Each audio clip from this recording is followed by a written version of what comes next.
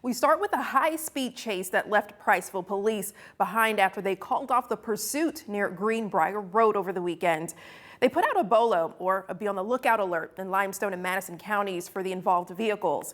It started in Priceville after a report of street racing and got to Madison with a top speed of 160 miles per hour before the pursuit was called off. Fox 54's Caleb Aguayo takes us to I-65 to show us where it all went down.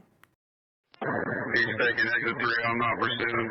I'm going speed limit. He's continuing onto the Greenbrier Parkway.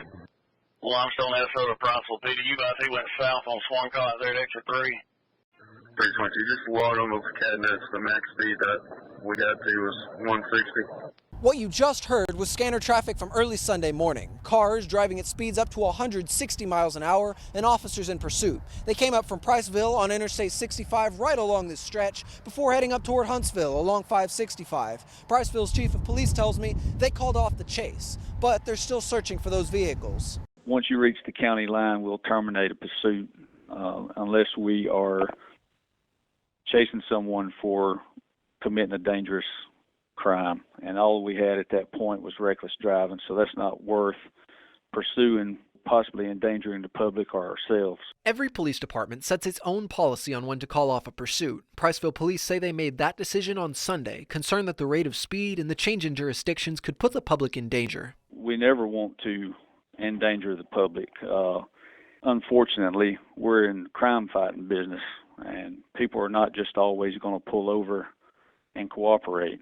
But we have to take the totality of the circumstances into play when we decide to pursue. And if we don't have much of a crime, then it's not worth the risk to continue that pursuit. And Chief Holmes says in situations like these, they watch out for those drivers from afar. We'll BOLO for them.